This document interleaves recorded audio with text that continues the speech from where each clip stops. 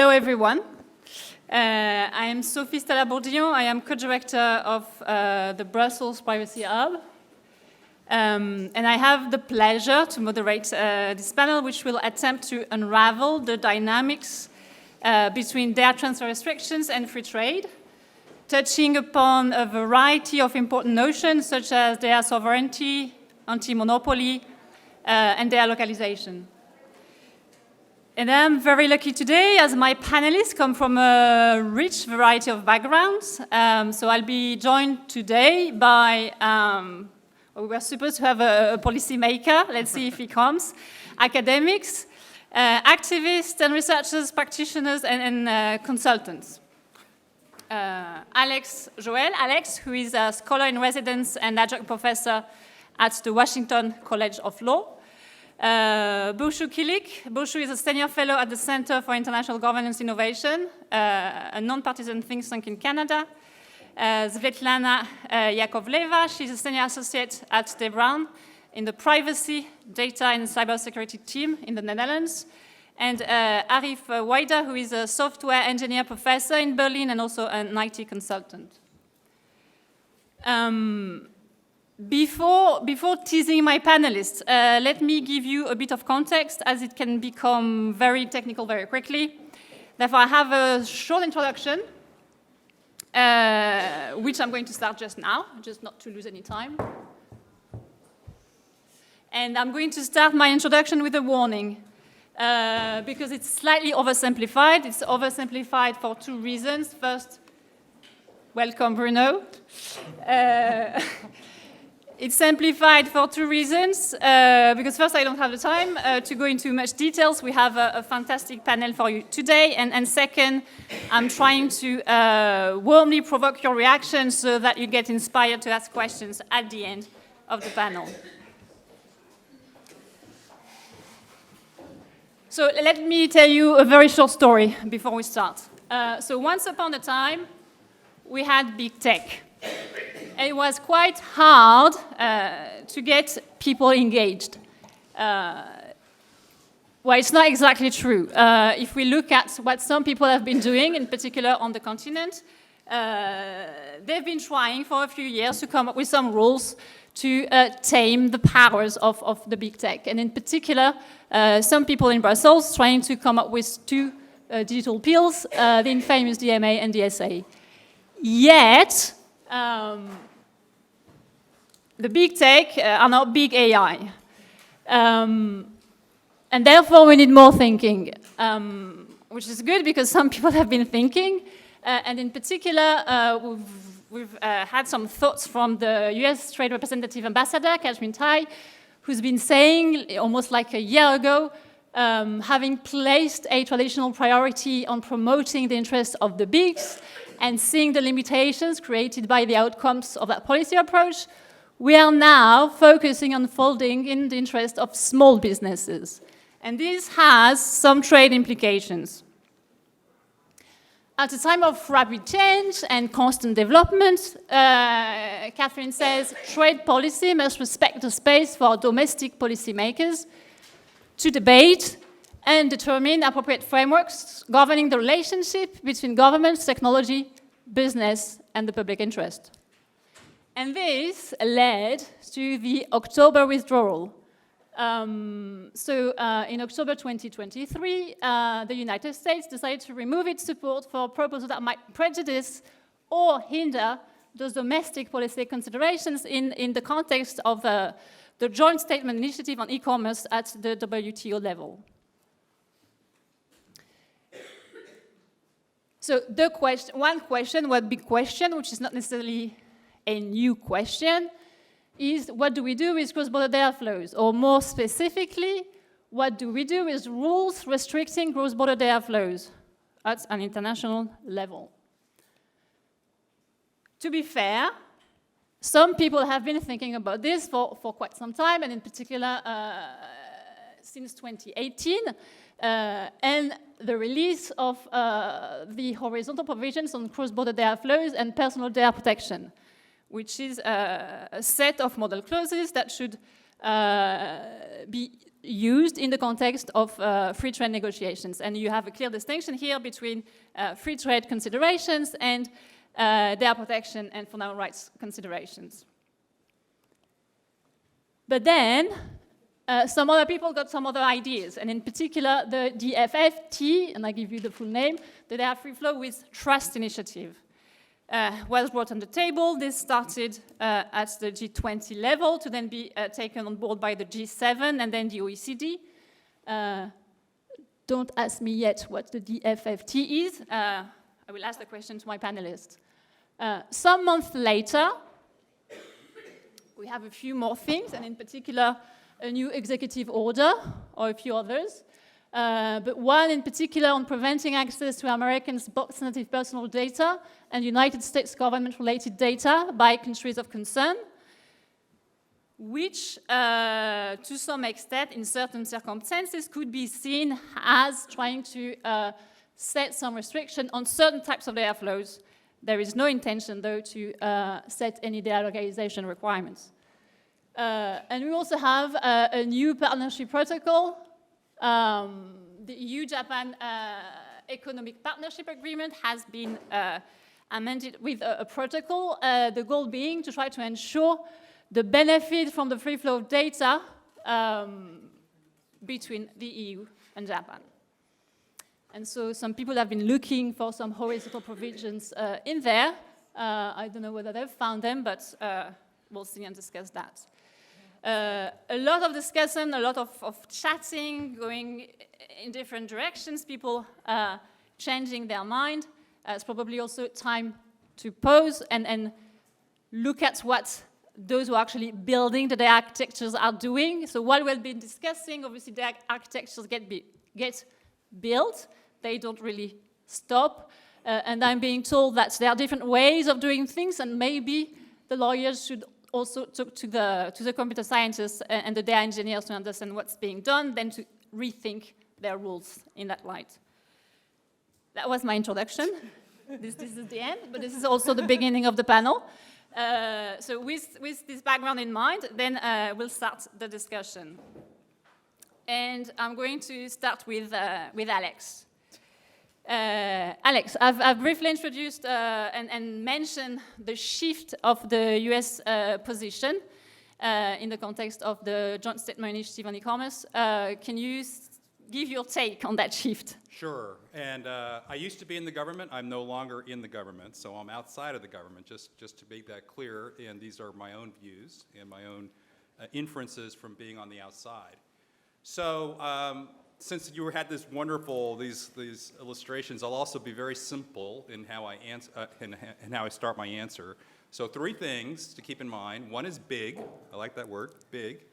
The second is space, and the third is DFFT, which is actually 4 words. But so by big, I don't mean the companies in this case. I mean the government. The U.S. government in particular. Every government is big and complicated. The U.S. government is big and complicated, has many agencies working on many issues that are relevant and relate to this whole idea of data flowing around the world and across borders. So it is not always seeming to act in accordance with some grand master plan. Different agencies are acting based on their priorities and their authorities and what's in front of them. Ideally, they would all be in perfect harmony, acting just as a wonderful symphony, but having been inside government as long as I was, I can tell you that just doesn't happen. So I would caution about reading too much into drawing too big an inference from a measure like what we saw with the U.S. Trade Representative. So that's my first reaction. The second is space. So I certainly take the USTR at their word. They said they're doing this to make sure that countries have space to take care of domestic policy considerations, to do regulation. There were some other statements indicating that they were concerned that big tech might be able to escape some regulation by moving operations or data overseas. So I take that as okay, they are concerned about making sure that governments have space.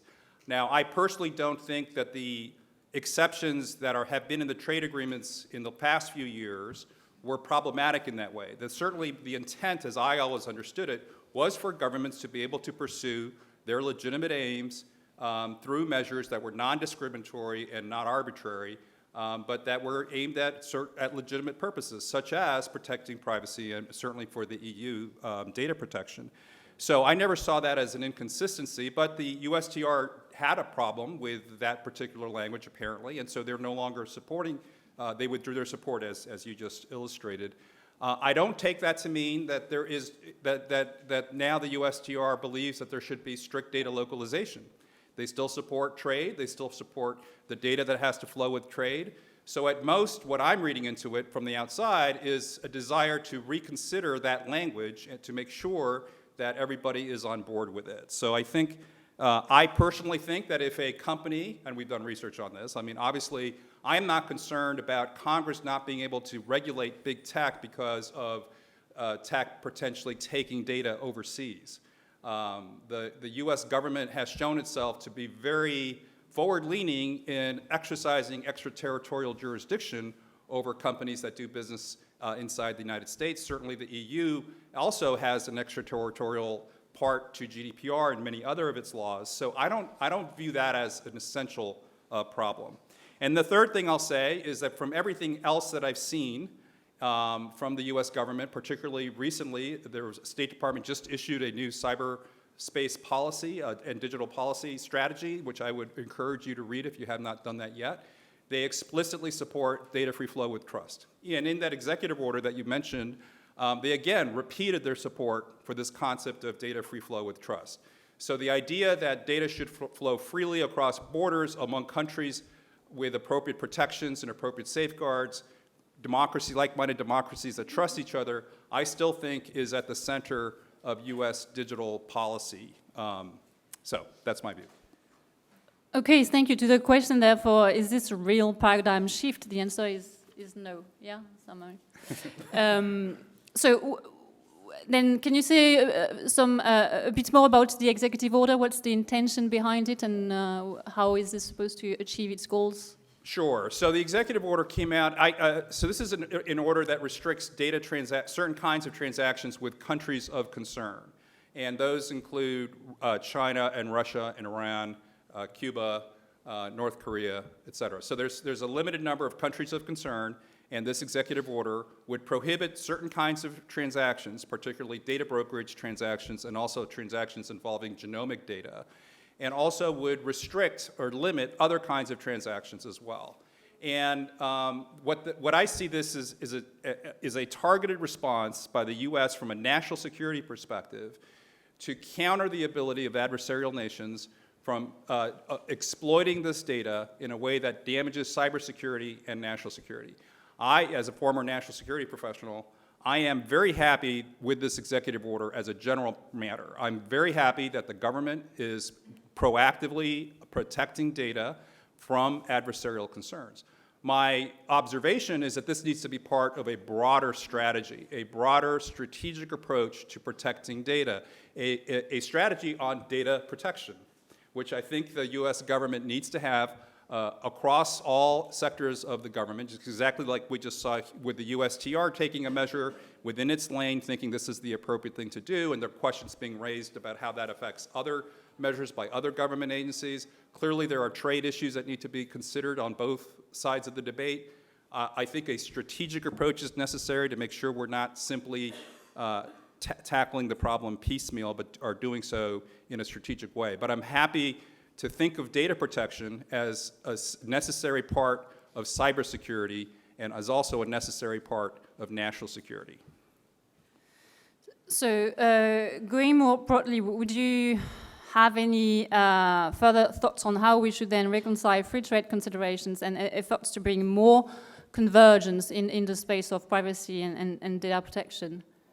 So yeah, it goes back to my thought about, I think that so the US tends to do things, the US government likes to do things starting with a broad strategic approach. So we have a national security strategy, we have a national cybersecurity strategy, we have a national intelligence strategy. And these strategy documents seem like, oh, they're just on glossy paper and no one really follows them, but they are the essential point to bring all of the complicated agencies in the US government together, sitting around the table and marching to a similar drummer. I mean, the same drummer, but each of them are doing their own dance, but at least at the same rhythm. Okay, I'll drop that analogy, that metaphor. But I think, like I said, we need a national data protection strategy to bring the USTR to the table, to bring the national security community to the table, to bring the privacy community to the table, to bring the Department of Commerce and people dealing with US companies, and have a conversation that takes into account everybody's equities and leverages everybody's expertise to have this national strategy. Data, personal data is extremely important. It brings both risks and benefits. How can the government best protect data while at the same time continuing to engage in trade and the free flow of data with trusted partners? And the idea of data free flow with trust, I really like. It implies that there are, well, it says, data should flow relatively freely among trusted partners, and you earn the trust based on your legal frameworks and other measures. And there are going to be countries that are outside of that circle of trust. And for those countries, you need to be able to take additional measures. Okay, so trust is a very nice idea, and as you said, that should be based on legal frameworks, but the devil is always in the details. Do you have any particular scheme that you think that would fit well under the data free flow with trust? How can we make it happen in practice? Well, I have a 5-point plan that I'm going to publish later. So I think the government has been doing, so let me put it this way. Based on what I've seen so far, I expect that other measures are coming out from the US government, right? So I expect, so one of the things that there are different streams going on here. There is the national security and cybersecurity threat stream that you're seeing the reaction on the part of the government to. They're responding, and they're pulling the levers, the legal levers that are available to them, right? So what this executive order was, is there's a group within the Department of Justice that has legal authorities to protect the data in a number of different areas, and the executive order is a natural additional one that fills gaps for them. So you're going to see more pulling of those levers. Like another one is the Department of Commerce. They issued a proposed rulemaking to restrict Chinese technology and technology of adversarial countries in connected vehicles. Well, we can foresee that there are other things using technology that gathers data. So it's very foreseeable that there will be additional rulemakings, additional rules restricting the use of technology from countries of concern in other devices, in other consumer devices. I don't know for a fact, I'm just predicting. So as these additional measures come out, I think the picture will become more clear in terms of what I'm talking about.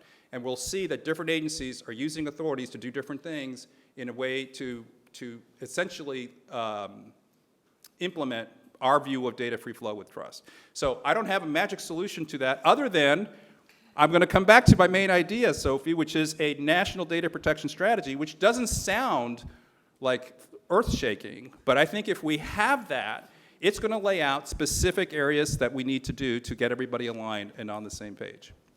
So. Okay, thank you. And last question, you can answer in 3 words. Can you say just something on the CBPR framework? Because that also has been put forward to try to give substance to the DFFT. Yes, so I think CBPR is an excellent initiative. It needs to be obviously reconciled with GDPR. There needs to be work to make sure that when a company signs up to a framework, be it CBPR or some other framework, that they are able to, in essence, let data flow freely with trust. That they are part of something that's trusted by the partners that we all have in the U.S. and Europe. So I think it's an important step. It's not by itself the solution. Okay, thank you very much, Axel. Burcu, you're based in Washington, D.C., yes. Can you give us your take on the evolution of the U.S. position? Do you have some more insight to share? Okay, I'll say better late than never. So let's set the setting here, because 2016 2016 was my first CPDP. At that time, like, it was in January, and I remember it was a very, like, cold and rainy day. We had a panel at, like, it was at the different, the other venue, like, at the main hall about trade. Because this was immediately after the Trans-Pacific Partnership Agreement was published. And then when they published the Trans-Pacific Partnership Agreement, and for the ones who don't know the Trans-Pacific Partnership Agreement, that was the Obama's signature project. US negotiated a free trade agreement with 12 Asia-Pacific countries. It was a comprehensive trade agreement, and it included an e-commerce chapter, which included, for the first time, binding and enforceable rules on cross-border data flows. And there was a rule saying that countries shall allow, like, data flows, like cross-border data flows. And then there was an exception which saying that, but parties may introduce legitimate, like, policy measures, legitimate public policy measures, and then, you know, all that typical trade language which comes from the WTO general exception, which never works when countries try to use that exception for the policy measure. Public policy measures they introduce, and then they went to the dispute resolution, and then they try to rely on that general exception language, and they only succeed twice out of 48 cases. So, and Svetlana can talk about it because they have done a really amazing research. Going back to 2016, that panel, it was a very interesting panel. I don't know, was it you, Bruno, or maybe it was, yeah. It's always because of me. No, but or maybe your colleague, because it was, like, Christina was there. I saw Christina because they came up with this amazing study in 2017, or when did you? 16, yeah. Christina was talking about the study. This was before the GDPR. We have Jan Albert on the panel, Cam Carey from the Brookings. Like, it was an amazing panel, and we were all wondering, like, you know, this is the beginning of a new era. Like, It was amazing. I was there. yeah, I'm trying to remember because I've been on panels with Bruno, but I don't, like, it was, yeah. But it's, yeah, so but this was 8 years ago. So, like, think about 2016 now. Like, you know, think about the technology we had 2016. So these rules were made for that technology, you know? And, you know, technology has evolved since then. We didn't even have the GDPR. I mean, GDPR, yeah, like, entered into force in 2018. We didn't have AI. We didn't have, like, you know, ChatGPT. Like, social media was for fun. Gig economy was cool. You know, that, like, it was very different. And we were wondering, like, how these rules will shape the digital economy. So what happened was, like, that was the beginning. And let's talk about the end of the beginning, because the end of the beginning was October 2023, when US withdrew these attributions, I have to say, because there have been some confusion. People said that US, like, withdrew the proposals. No, the rules were still there, but no one was supporting after US withdrew its attributions. And saying that, you know, these are not, like, the right policies, because given the challenges we face, like, we need a policy space. We need to give the priority to Congress. And on contrary to what many people say, that, like, this was like a sudden decision from USTR. Catherine Tai woke up one morning and she's like, okay, I'm going to withdraw these attributions from the WTO. No, that wasn't the case. That this has been, like, developing for many, many months. If you have been following the trade, like, discussions in the US, you knew that this was coming. And there were interagency discussions, and the Congress has been, like, you know, involved. But still, it came as a shock to so many people.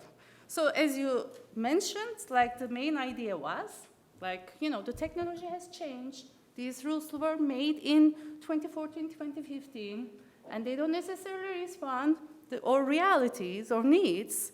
Let's think about it, you know, because we are not in a rush. And in any case, like, no one was supporting those, like, you know, proposals. I mean, Bruno can tell you, like, no one was supporting, there was a conflict on data flows at the WTO, GSI.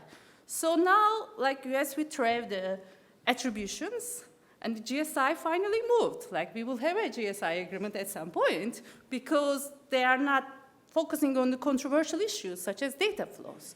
So there are all these initiatives. There is this data-free flows with trust, which I still don't understand how it works. So I'm very curious to hear from everyone on the panel, because it sounds like everyone has a different interpretation of it. Like since 2019, since Abe came up with that term, I've been trying to understand. I talked to the Japanese, I talked to Europeans, I talked to Americans, I talked to Australians. It seems that everyone has a different definition, description of data flows with trust. But, there are all these initiatives, which are good. Yeah, I think we should focus on them instead of bringing this issue to the trade agreements and introducing binding and enforceable, rules, because we don't have a consensus, we don't know. I said this back in 2016. We don't know how the technology would look like 5 years from now on or 10 years from now on. And we shouldn't, introduce, rules on technology. And cross-border data flows provision, yes, it is relevant for privacy, and that was a discussion in 2016, but it has changed. The debate has developed a lot in the US, because if you look at the Catherine Tai's statements, you see that this was a part of that Biden administration's approach, the whole of government approach to competition policy. Catherine Tai sits at that committee, and so the U.S. competition policy, antitrust policy, shifted its focus from consumer welfare to workers, to SMEs. And now, the trade policy in the U.S. shifted its focus from big tech companies to, workers. We have a worker-centered trade policy, and this move is part of that worker-centered trade policy. So what will happen next then? So what's happening, what has been happening since October 2023, this move created a space for us to discuss, and National Security Council organized an interagency conversation on this issue, on these provisions, just to they try to find out whether there is a possibility for us to come up with a new language. They couldn't agree on a language. And then there were consultations with stakeholders. So this was really great because we never had that in 2014. No one, these rules were just oh, here we go, digital e-commerce. At that time it was e-commerce.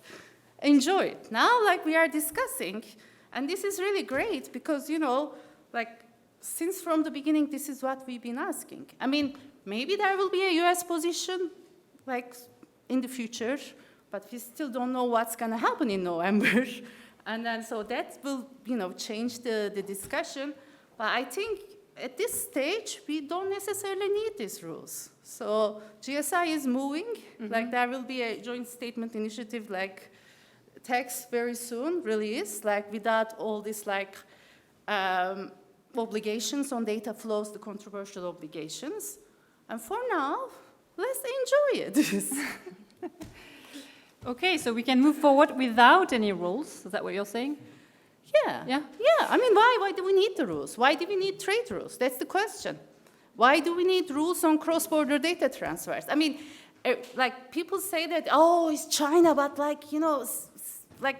most of the agreements, in GSI, there was no consensus, And let me tell you something. I work on the Regional Comprehensive Economic Partnership Agreement, RCEP, and China was part of that agreement. And in Washington, D.C., many people thought that it was the China agreement, China is pushing for these rules. The reality was, China was Chinese negotiators didn't put any positions until they knew about the market access, until the very, very end of the discussions. So they had interest. The RCEP has this it has the rule, but it's not applicable. So it has some controversial structure, because that doesn't take us where we want to go. But I think at this stage, for the sake of the digital economy, it's better we don't have any trade rule. Okay. Okay. Thank you. You've been also saying a few words about the data free flow with trust, questioning what it could be. If you had to guess, like in 3 words, what is it? I spent so much time to understand it, and it has changed a lot from 2019. But let me tell you something. In 2019, when Abe came up with this term, data free flows with trust, Japan was negotiating adequacy with the EU, and then in the meantime, negotiating a digital partnership agreement with the US, the Trump administration. Of course, Europeans were like, but it's okay, but you are going to sign a free trade agreement with the Trump administration, and there will be free flows. And so I think Japan was like playing to both teams and saying that, yeah, but data should flow with trust. Because when Abe came up with this term in G20, no one understood. And there was no it didn't get that much traction. But last couple of years, the term became like a really big term, but still I'm having difficulty to understand what it is and how it will work, especially when you have the US as a receiving country, because we don't have a comprehensive privacy protection, comprehensive privacy rules. So how would you trust the US? But yeah, that's a question, and I'm curious to hear from the others on the panel, because I know that Bruno has a very strong position on that. But Bruno, it's your turn. Thank you, Boshu. So, Bruno, many questions. Can you say a few words about these famous horizontal provisions? Why is it that they are important, and what's happening to them? Yes. First of all, thank you very much for having me. And I will react to what has been said by both you and Alex. And, we are, my team is involved in Geneva in this negotiation of the GSA that we support very much. We very much support the result that has been reached at technical level. And, of course, we have observed that move from the US. And our reading, and it's more my personal reading, but that I'm sharing here, is very much what has been said. This is not about the US being for or against, or certainly not against data flow. This is about the US saying something actually we have been saying for many years. We need some policy space in this area, because there is a realization of many partners around the world that data, specifically, and the digital economy is a serious issue that needs some rules of the game. And the US, I think, of course, are telling us, look, we want to decide first domestically what we want to do here, and trade and our trade commitments should not rule what we are, meaning should not rule our internal sovereign, if you want, decision-making process on digital matters. It's very interesting that it's the US saying that. When we were saying that, we were often accused of being protectionist, which was not the case. We were just saying, these are important issues where there are a number of interests to be taken into account and to balance. And actually, and we had actually the discussion with the US. I think it's Madam Tai, the USTR, that said trade should not, which is interesting that the USTR said trade should not rule those domestic choices. But this very much actually reflects, and here we very much agree with the US, because this very much reflects our approach to data flows in trade agreements. So what is our approach in data flows to trade agreements? And even if because of the US decision, the GSA, for the moment, but I think that once the US will have made their domestic choice, they will come back on this issue at the table of negotiation. But for the moment, it's not as comprehensive as we would like. But what is our approach to the issue of privacy and data flows in trade agreements? Well, it's about precisely balancing, on the one hand, the need to have a policy space. And what does it mean, having a policy space? To take the example of privacy, is deciding the level at which, for genuine privacy reasons, that's very important, deciding the level of which I want to protect data. And how? Because I think where there are still discussions, and that is a big shift, it's no longer about why we should have such rules, but how such rules should look. So on the one hand, protecting our policy space, protecting our, our right to regulate, if you want, but on the other hand, and we are equally firm on that, and that's more, if you want, an offensive interest, addressing to trade agreement what belongs to trade agreement, i.e., abusive, protectionist trade practices that use data and sometimes even privacy as a justification for protectionist measures that have nothing to do with the protection of privacy. And this is, I like very much that you put in one of your slides the 2018 language, but that's the approach we have followed systematically in all our trade agreements since then. And I remember very much when we proposed this at the beginning, these people in Europe, they don't understand the digital economy, etc. It's very interesting because myself, my team, we have been participating, we have been negotiating many of these agreements. Some have been at bilateral level because these things are not for the moment complete at Geneva, at the WTO, at the multilateral level, but we have many of these clauses in our new or modernized bilateral trade agreements with countries as different as New Zealand, Chile, the UK. We are at a quite advanced stage in digital trade agreements with Korea and Singapore. And you will find those two aspects, the right to regulate aspects and the addressing the unjustified or abusive non-privacy related obstacle to digital trade. And it's very interesting that when you are negotiating without revealing anything about the secrets of the negotiation, but I haven't heard one partner, including those that are put in a rather superficial way, but in general way, in the group of, data is a commodity like any other, we are the free trade. I haven't heard one partner that today is in Latin America, Asia, or other areas of the world doesn't seize a need for that policy space, for that right to regulate, for being able to take those decisions on how I want to regulate the digital economy. And that's reflected in the trade practices, which have indeed significant change in the trade practices of all these countries.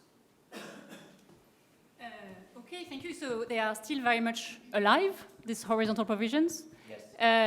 And we should find them in the trade agreements. Can I ask you to say a few words about the DFFT initiative? How do you see that? What is its shape? Where it's going? I think actually I hear all the irony, if not the sarcasm, around those. I think actually it's a very important initiative. And as many things we do at the international level, one part of it and one part of it's important. It's existence. What does DF, myself don't know how to do it, and I have been to many presentations of 200 slides presented by our Japanese colleagues and friends, but what does it mean exactly from an international perspective? We wouldn't have this discussion 5 or 6 years ago. It means that a number of countries, like-minded democracy, how much we have decided that this is a strategic issue, that data protection, privacy is not only a question of, first, it's not only a European obsession, which is very good, but it's an important question for them. It's not only a question of technical standards, of course, those standards are important, but it's an increasingly important component of the dividing line between countries that have a certain approaches, if you want, again, like-minded democracy, have a certain approaches to a number of issues, including, we probably will mention it, governance access to data, etc., and other models. It's a recognition that, of course, in the digital economy, we all want to exchange data, we all want to aggregate data, we all want to, there's almost no human activity today that doesn't involve some exchange of data, but this needs to be done on the basis of certain rules of the game and certain credible rules of the game. That's what it says, and it's so important that it needs to be discussed, including at the highest level, political level, at the G7 Leaders Summit, at the OECD, etc. That's what it means. It's putting that issue at the forefront, on the top of the agenda, of the international agenda. Is it only this? Just nice words and a nice agenda item for international summits? I don't think so. At least from my practice, where I'm looking for, and indeed it has, the data free flow with trust is a very broad concept. But it has at least had, from where I'm sitting, one tangible result. The work at the OECD on, for the first time, developing an international instrument, for the first time, I must stress that, on common principle on how government, for national security reasons, law enforcement reasons, how they can access data with which safeguards, with which limitations. Again, I mean, all of this is music to my ears, Europeans, because we were very isolated even 5, 6, 7 years ago when we were saying, look, this is an important issue. Yeah, forget Europe. So, yeah, I'm not meaning, I've been in this meeting, I've been the addressee of those messages. So, and actually, again, countries coming together and say, this is important for trade, because if you don't trust how government might access commercial data, that's bad for trade. This is important for democracy, because meaning some limitations in this area are, I would say, at the core of how we would define a democratic state. And we cannot only discuss this and deal with this at domestic level. This is an international issue. And therefore, we come, for instance, in the context of the OECD, but there are the contexts to, for the first time, agree on a set of principles. Well, if even this would have been the only thing that this initiative would have delivered, I'd say, well, not bad. Not bad at all. Thank you. It's good to hear a very optimistic EU representative who... and final question in a very few words. So obviously the debate has been focusing on privacy and data protection, but the domestic policy space that the EU needs is obviously broader than privacy and data protection. Would you agree with that? Yes, well, again, it's not only the EU. It's not only the EU, and I can tell you by sitting in this negotiation, indeed, today the regulation of, let's use a broad term, the digital economy goes much beyond privacy. And many of our partners, when we get really to the formulation of these provisions in trade agreements, say, oh no, but this, well, I need some more policy space, whether it's because of cybersecurity reason, whether it's because of, I don't know, special protection that should be granted to health data, for instance, and not only for privacy reasons.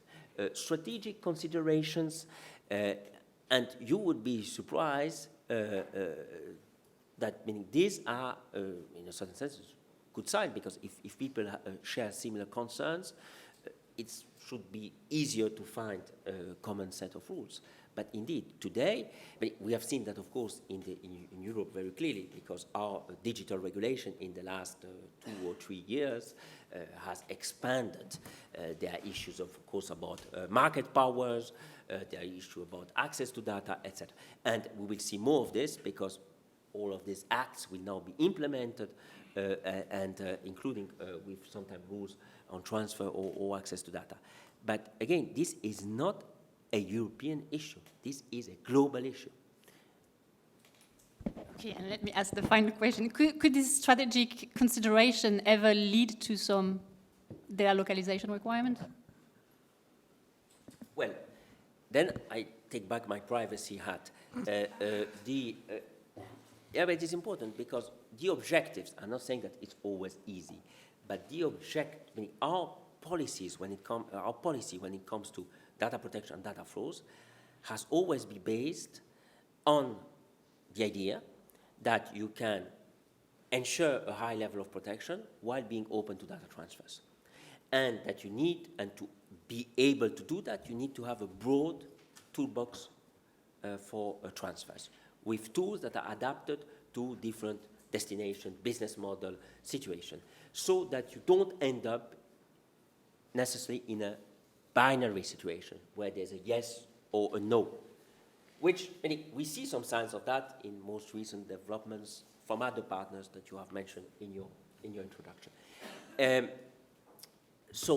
Localization is not part, it has never been part of, I would say, the DNA of European data protection. And in our trade agreements, this famous language that at the end was not included in the Geneva text, but is included in all our bilateral trade agreement, rules out, it's the first time that in trade agreement you have a straightforward prohibition of a number of localization requirements that we consider are purely are abusive, are unjustified, are not, do not pursue a legitimate aim.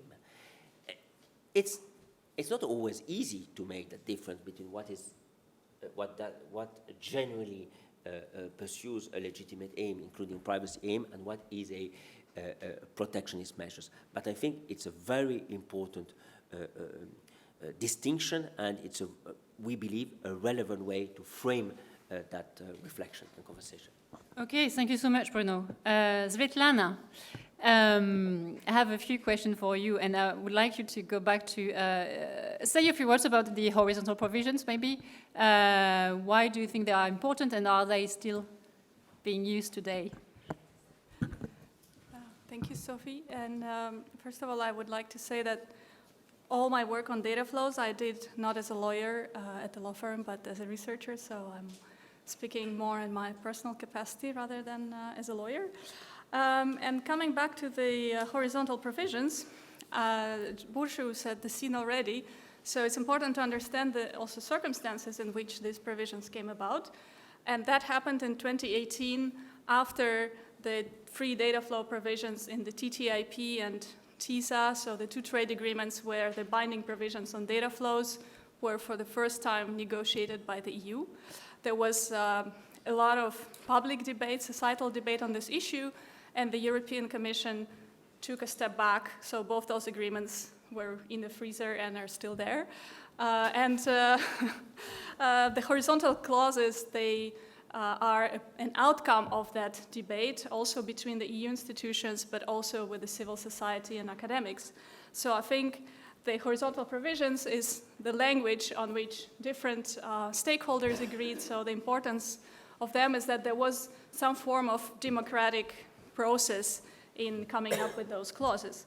And I think also for the EU it helps to ensure consistency because, as Bruno already said, negotiations are bilateral, so it is a benefit to have somewhat similar rules with different trading partners because data doesn't go just between two countries, it goes in many directions, in many dimensions. So having rules in different trade agreements aligned is also quite helpful from this perspective.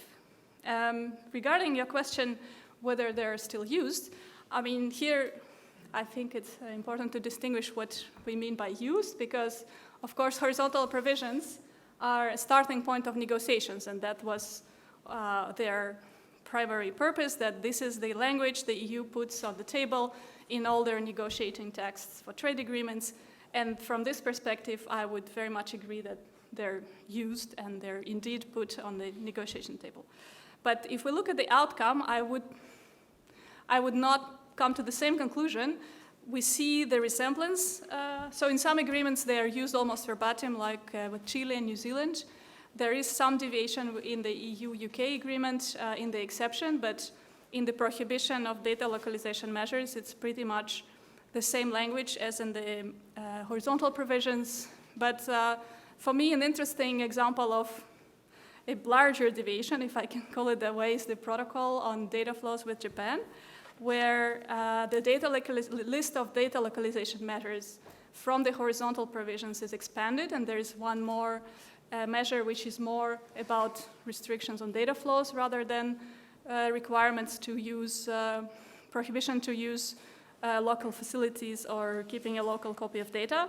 And the exception in the Japan protocol is also quite different from the model clauses, from the horizontal clauses. So here I think also I wanted to reflect a bit on the DFFT because as Bush also said before me, Japan was sort of navigating between the EU and the US, signing a trade agreement with the US, getting an adequacy decision, and then also moving on with negotiations on data flow. So just for the background, when the EU-Japan trade agreement was negotiated in 2019, the part on data flows was removed because the decision was to come back to it in 3 years, so there's a review clause in that agreement, and proceed on the basis of the adequacy decision, which was adopted almost the same date or the same date with the trade agreement. So those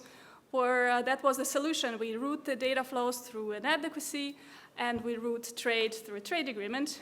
But then the data flow issue came back. And I think an interesting point is, for me, is that DFFT, the beauty of it is that it means whatever you want to mean. Because the EU now, if you look at the proposals for Korea and Singapore, the provision on data flows is called data flow with trust or something like that. So the EU very much embraced this narrative and said, okay, our model clauses is what is DFFT. But then for Japan, if you look at the US-Japan or the CPTPP agreement, that might also be DFFT because trust is also mentioned there. So it's such a fluid notion that it can mean anything and nothing at the same time. So it helps to bridge disagreements without actually bridging them in practice, but go through the political process. At least that's my opinion on that. So probably I'll stop at that. Okay, so you wrote in 2020 that the process of aligning EU's normative approach to personal data protection with its external trade policy has been riddled with contradictions. Is this still true today? Well, I think very much so. It's just the contradictions moved a bit to closer circles, this debate. So we don't have this broad public debate and protest as we had in 2016 or 2017 on data flows, but as this conference shows, the discussion is very much still going on, and I think it just has moved to more specialized circles. But the tension between the data flows and domestic policy objectives, non-economic policy objectives, is very much there, and the US shift or a pause demonstrates that the discussion about policy space keeps coming back and has to be reconsidered due to changes in technology, but also in geopolitics and in society. So. Okay, so from where you sit, looking at the evolution of the EU and US approach, would you say that they are now converging? Well, I think yes and no. It depends on the detail, I guess, because of course, in terms the of devil hides in the details. the devil is in the detail. I think in terms of domestic regulation on data flows, there is clearly much more awareness and realization that data needs to be protected in the US. And so far, it has translated in some national security type provisions. But there is a lot of debate and proposals and discussions also on the data privacy side. I think the national security focus in the US has something similar, in fact, to concerns in the EU, which the EU doesn't call national security, but all this debate and point of concern about government access to data is exactly the same issue. It's just not framed as national security in Europe. So I think in this sense there is convergence, and the US still has to come up with some framework, federal framework on data protection. In terms of trade, I think also, of course, we don't know what kind of policy the US will come back with after the pause, but I think also the realization of the policy space and the fact that they are taking a step back, as Bruno already explained, is very much along the lines of what European Union has been advocating all along, that we need to step back and not jump into very strict trade rules before we know what we're talking about. There are many policy objectives, not just privacy. So I think in that sense, there is a convergence. And I think also my reading of the protocol with Japan is actually, well, a bit, it's an outlier, of course, from other EU agreements. But to me, it seemed a bit USMCA-like in the sense that... No, it's CPP, not USMCA. TPP. Now you're going to ruin my day. Okay, I take it back. It's the CPTPP. CPTPP, not USMCA. Well, I mean, it's not the same language, but it's closer in that direction than. So it's kind of a bit a step from away from the model clauses, and more favorable, I would say, to kind of a stronger trade law provision. But yeah, I mean, I am of course not party to negotiations. I don't know if that will be different with Japan and Singapore, because the horizontal clauses are there in the proposal. So we'll see where we end up. Okay, thank you. Thank you very much. Harif, now you will have a hard job. I let the lawyers speak first. There is one argument that is often put on the table to try to convince the European that they should do more for the free flow of data, is that the Europeans are not very good with innovation, and very often this is being explained, that's because we've got too many rules.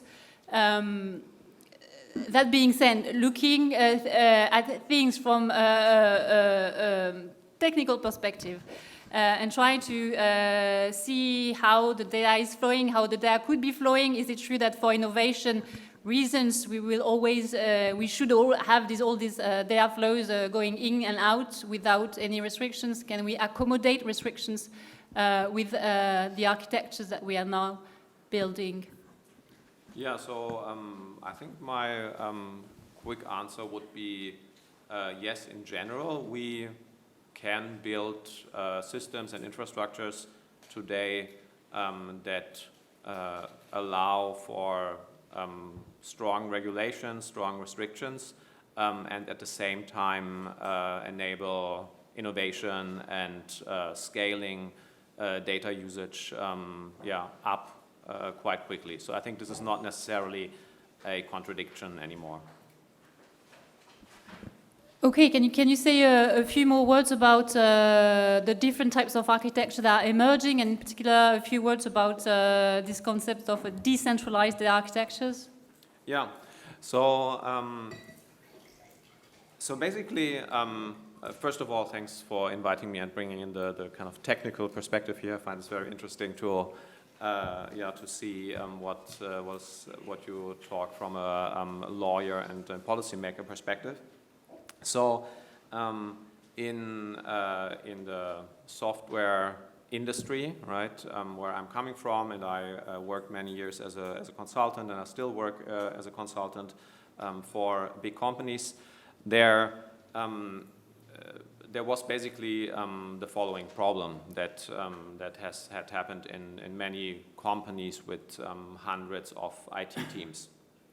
Basically, when such large companies wanted to scale up their data operations, their data analytics, getting more and more value out of the data, and also exchanging more data with other organizations, etc.,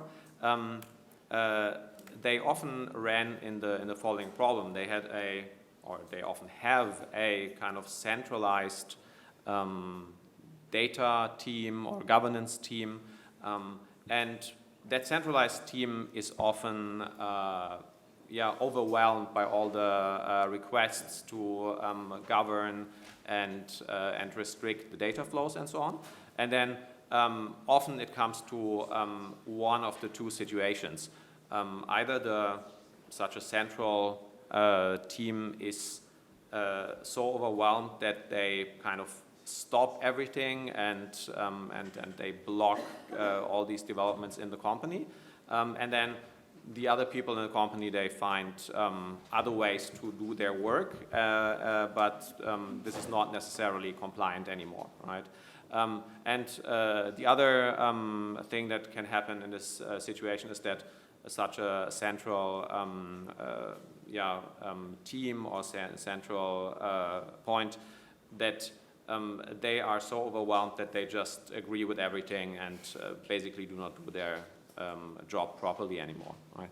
And so, therefore, what came up about 5 years ago is a concept called data mesh, which is a decentralized data architecture that implements federated governance.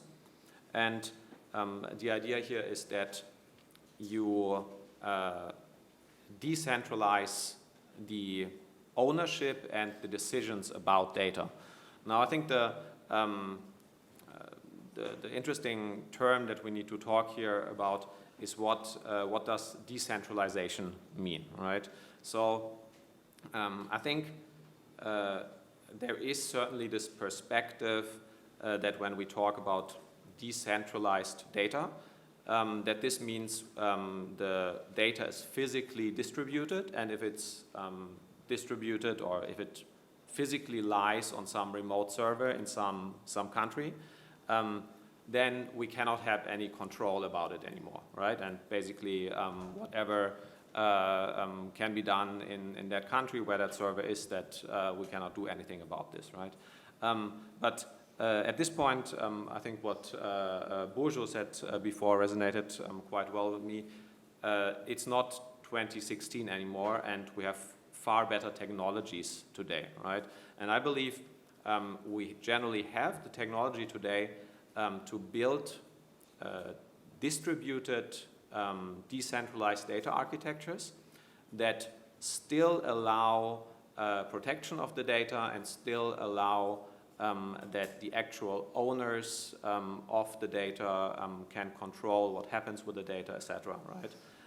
And this is something that, not necessarily is a contradiction. Okay, as always, the devil is in the details. We need to see obviously the system requirements of the architecture, but it's good to see that it's possible to innovate also and leave the data where it sits and just use a query model based system. Another argument that is also put forward relates to cybersecurity. It's a more difficult question, obviously. To what extent, if you want really to preserve cybersecurity, you need to have some form of a centralized system to gather and analyze the data. Yeah, so I think when making such claims that you need to have a centralized data flow in order to have cybersecurity and so on, there is, I feel, kind of a false hope in there that if you centralize data, that you have control over it and that it's more secure, so to say. And I think this is, in most of the cases, more the other way around. Kind of having such centralized data flows often increase risk, because in the end it's still people who take care of the data and people make mistakes. And especially if you centralize those things, then you have people in that centralized place who are maybe not really the best expert about that specific domain, and so that increases the likelihood of mistakes. Also, it's kind of a single point of failure. So my position on this is that actually the most secure infrastructures are the decentralized and federated ones that are based on open standards, on open source, sometimes peer-to-peer architectures, and that those are actually the architectures that are overall more secure than the centralized ones. Okay, thank you very much. That was just a taster. If you want to know more, then obviously we can go into the details, but probably not in the context of that panel. We have some time to offer you the space to ask the questions that you want to ask. please ask some questions to our panelists.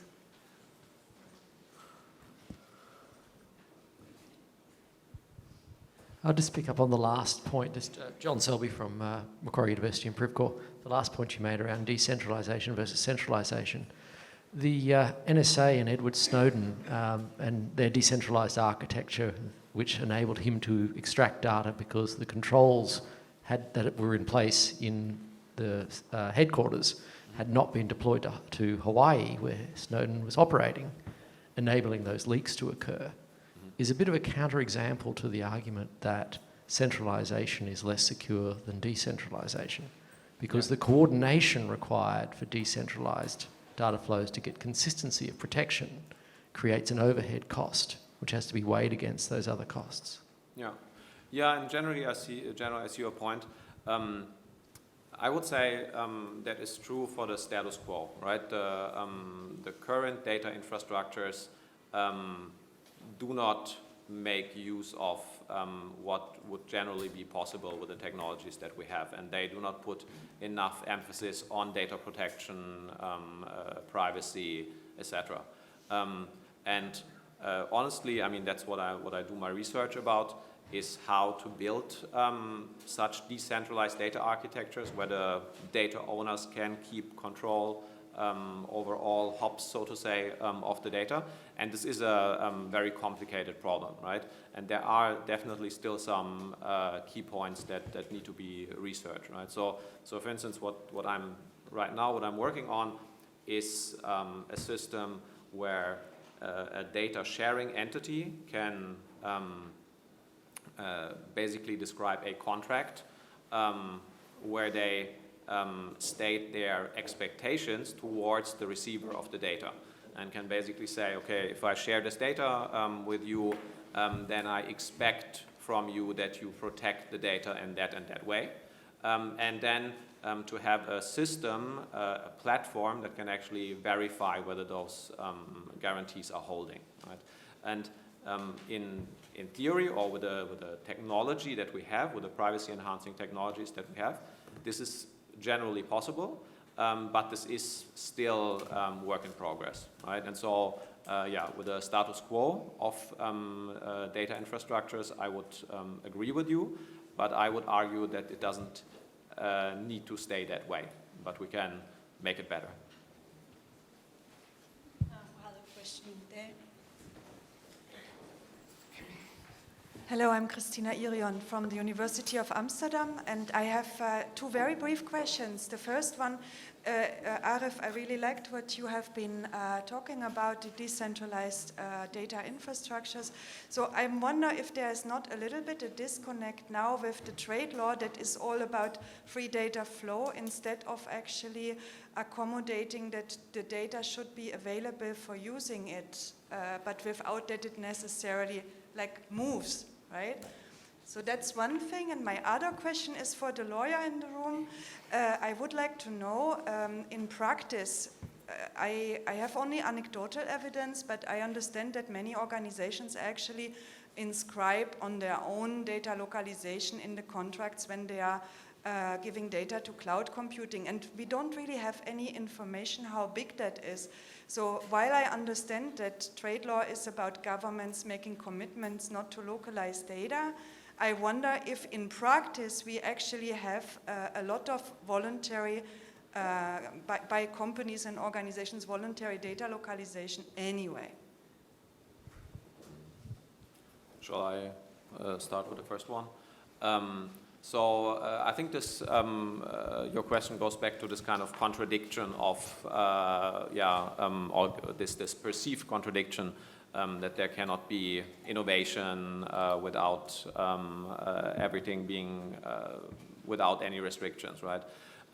My personal experience with that, working with large IT companies and large, very much revenue-driven companies in Europe, is that the regulation, specifically GDPR, has created a pressure that made people in those companies come up with solutions that solve that contradiction, so to say, right? So they realized, okay, we want to provide better services, we want to make more money, we want to use the data both for making more profit, but also for providing better services to users and the actual data owners.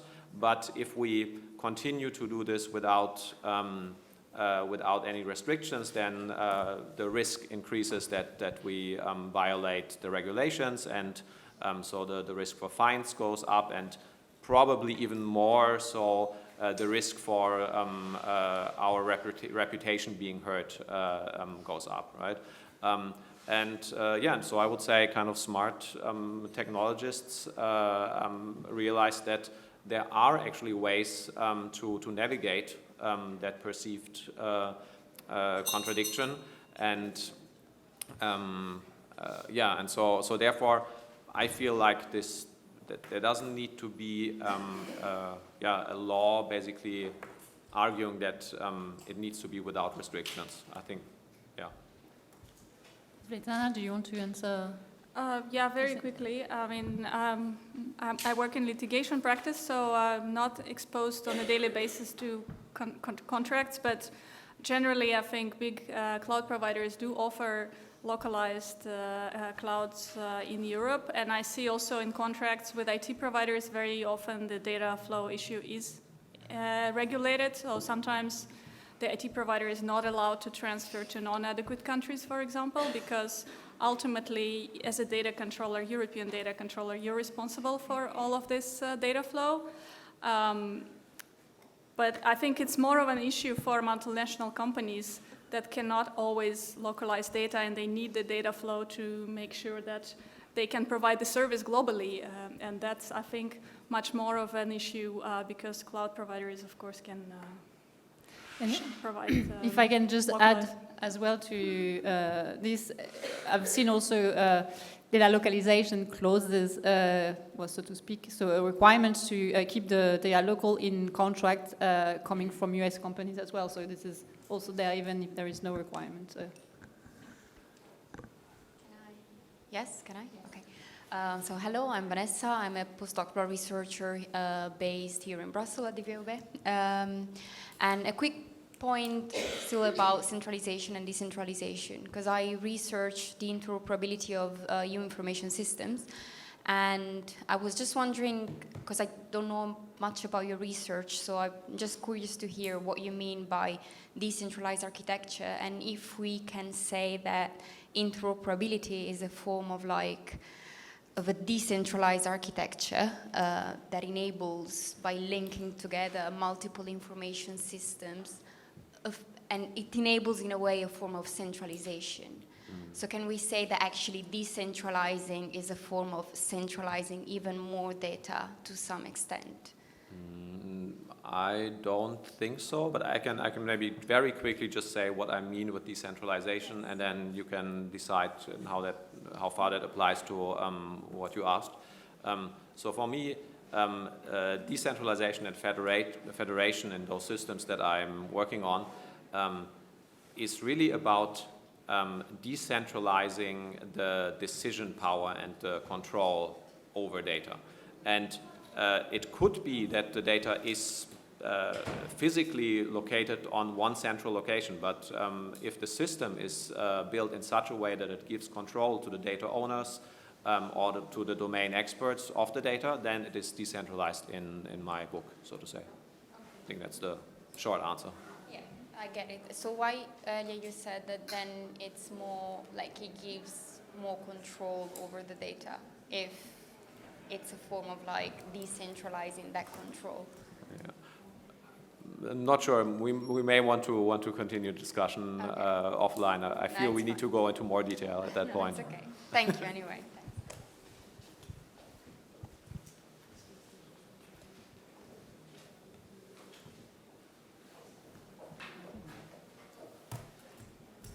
No more question. Before we close the panel, does any panelist want to add something to what has already been said? You have it. I have a small question, but with a disclaimer that I'm not an expert in trade agreements. Please tell us if there is a trade agreement, bilateral trade agreement, where the EU negotiates data flows. Yeah.